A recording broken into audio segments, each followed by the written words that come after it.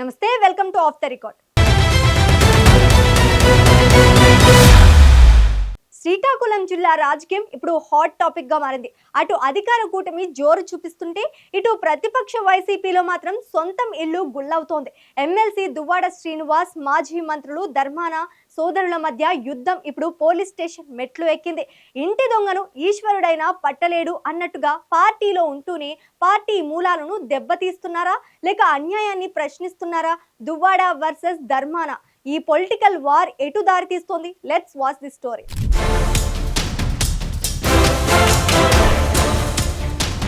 దువ్వాడ శ్రీనివాస్ ప్రస్తుతం YCP MLC. Technical గా ఆయన ఇప్పటికీ వైసీపీ సభ్యుడే. కానీ ఆయన తీరు చూస్తుంటే నేను పార్టీలో ఉన్నాను కానీ పార్టీతో లేను అన్నట్టుగా ఉంది. 1983 నుంచి శ్రీకాకుళం అంటేనే టీడీపీకి కంచుకోట.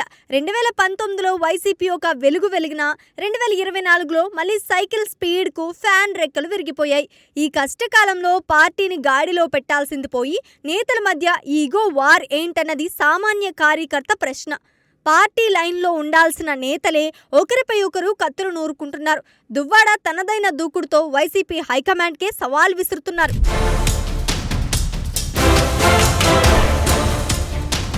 దువ్వాడ శ్రీనివాస్ నోట ఇప్పుడు వినిపిస్తున్న పదం కేడి బ్రదర్స్. కే అంటే కింజరాపు అచ్చెన్నాయుడు, డి అంటే ధర్మాన కృష్ణదాస్ ప్రసాదరావు. వీరు పార్టీలు వేరైనా లోపల మాత్రం కుమ్మక్కయ్యారని దువ్వాడ బాంబ్ పేల్చారు.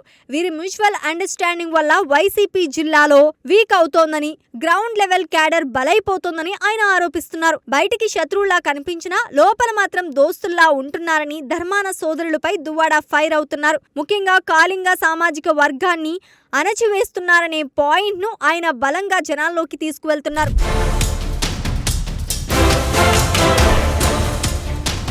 ఈ రాజకీయ పోరు కేవలం విమర్శలకే పరిమితం కాలేదు. తన ప్రాణాలకు ముప్పు ఉందని, తన చావుకు కుట్ర చేస్తున్నారని దువ్వాడ సంచలన ఆరోపణలు చేశారు. మాజీ మంత్రులు ధర్మాన ప్రసాదరావు, ధర్మాన కృష్ణదాస్ వల్లే తనకు ప్రమాదం ఉందని ఆయన జిల్లా ఎస్పీ మహేశ్వర్ రెడ్డికి లిఖితపూర్వకంగా ఫిర్యాదు చేయటం జిల్లాలో కలకలం రేపింది. తనకు గన్మెన్ల రక్షణ కావాలని కోరటం ఈ వివాదాన్ని నెక్స్ట్ లెవెల్ కు తీసుకువెళ్లింది. విమర్శల స్థాయి దాటి ప్రాణభయం వరకు వచ్చిందంటే పరిస్థితి ఎంత తీవ్రంగా ఉందో అర్థం చేసుకోవచ్చు. ఫోన్ కాల్స్ ద్వారా బెదిరింపులు వస్తున్నాయనేది దువ్వాడ వెర్షన్.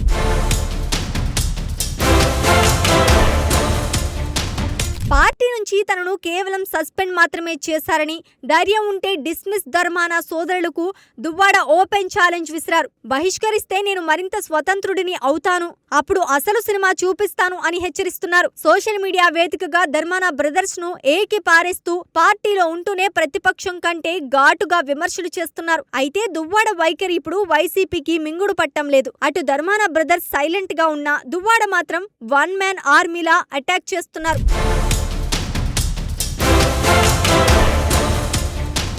శ్రీకాకుళం జిల్లాలో వైసీపీకి ఒక్క సీటు కూడా రాలేదు. ఇలాంటి టైంలో నాయకులంతా కలిసి పోరాడాలి. కానీ ఇక్కడ సీన్ చూస్తే ఇల్లు కాలి ఒకడేడుస్తుంటే చుట్ట కాల్చుకోవడానికి మరొకడు అడిగాడట అన్నట్టుంది.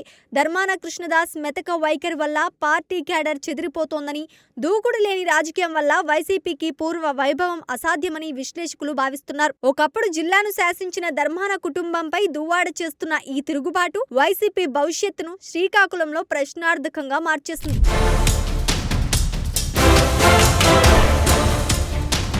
ఈ పరిణామాలు జిల్లా వైసీపీలో కొత్త చర్చకు దారితీస్తున్నాయి. అసలే పార్టీ ఇబ్బందుల్లో ఉంది. ఒక్క సీటు కూడా గెలుచుకోని చోట ఏదో విధంగా పూర్వ వైభవం సాధించాలని ఆలోచిస్తుంటే దువ్వాడ పార్టీలో ఉన్నా లేకపోయినా ఫ్యాన్ పార్టీకి గట్టిగానే తగులుకుంటున్నారు అని అంటున్నారు. మరి ఆయన మీద బహిష్కరణ వేటు పడుతోందా అన్నది ఇప్పుడు చర్చ.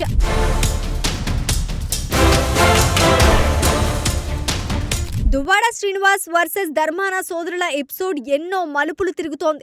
ఫిర్యాదులు, సవాళ్లు, సోషల్ మీడియా వార్తో జిల్లా వైసీపీలో సెగలు పుడుతున్నాయి. అధిష్టానం ఈ విషయంలో జోక్యం చేసుకుంటుందా లేక దువ్వాడను పార్టీ నుంచి పూర్తిగా పంపించేస్తోందా? ఒకవేళ పంపిస్తే ఆయన ఏ దారి చూసుకుంటారు అనేదే వేచి చూడాలి.